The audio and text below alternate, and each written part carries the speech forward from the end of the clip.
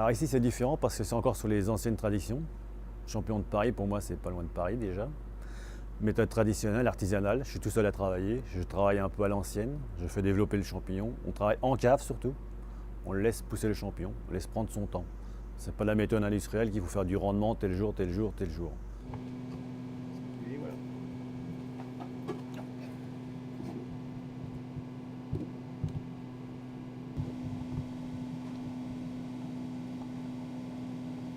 Ça fait 20 ans que je suis là. Avant, je travaillais avec des grossistes sur Rungis et je faisais les marchés. Les marchés, il a fallu que j'arrête, je ne pouvais pas être partout et j'étais en concurrence avec les commerçants. Les grossistes, du jour au lendemain, votre champignon ne me plaît pas ou l'a trouvé moins cher, donc ils vous laissent tomber, comme là dans la grande surface. Et donc j'ai eu des années très difficiles et après, on va dire, là j'ai diversifié en plus mes productions avec pleurote, shiitake, pied bleu. Et maintenant, depuis 3 ans que le circuit court, on voit les gens reviennent vous voir, les commerçants reviennent vous voir, qui veulent acheter du français, ils veulent acheter un produit qui a du goût, surtout ça. Bonjour. Ça va? Oui. Vous avez fait la circulation? Ouais.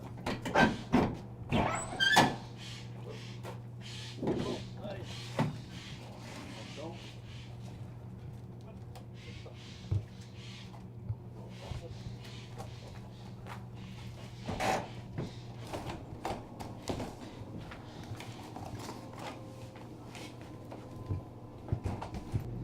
Je voulais l'agrémenter, faire des autres champignons sur le poteau.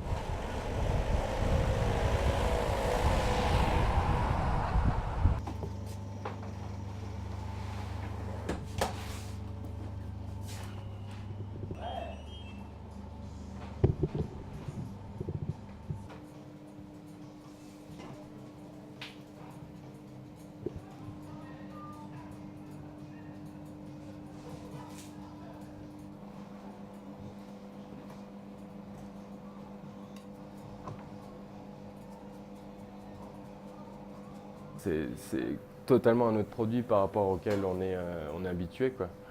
Ça s'appelle champignon de Paris et ça vient de Paris. C'est rare de nos jours. C'est vraiment rare parce que tout champignon de Paris qu'il y a sur le commerce vient d'un pays autre que la France.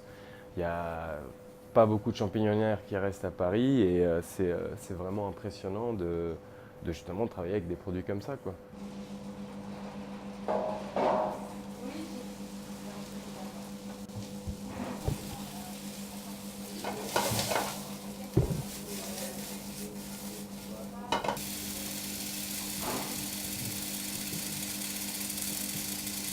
La différence de goût, il n'y a rien à dire parce qu'il y a moins d'eau dans le champignon, donc à la cuisson, vous allez le voir après, c'est vraiment autre chose. C'est-à-dire que ça brunit, ça prend une légère couleur noisette, mais en même temps, il y a une explosion de goût en bouche, quoi. Je veux dire, par rapport à un champignon lambda qui est blanc et qui n'est pas intéressant, c'est un autre produit, quoi. C'est vraiment une autre dimension du champignon.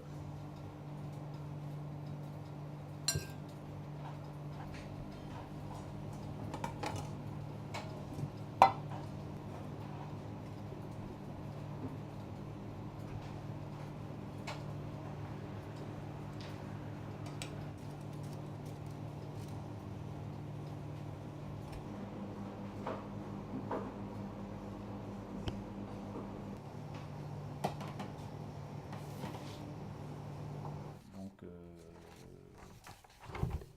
voilà, je vous montre comme ça. Et la spécificité première du champignon de Paris, c'est effectivement l'utilisation du calcaire qui va être effectivement mis sur le dessus de la culture des champignons, au-dessus, et qui va donner une typicité même dans le goût. Ça, la fiche bleue, là, champignon, c'est... Le consommateur aujourd'hui ne reconnaît pas forcément la typicité de la production telle que je l'ai expliqué pour le champignon de Paris, produit dans certaines zones françaises, celles issues de carrières, etc. Et donc là, le travail que l'on fait en ce moment, par exemple, on est en train de construire, on va dire, un signe de qualité pour pouvoir communiquer et faire reconnaître cette typicité dans le mode de production.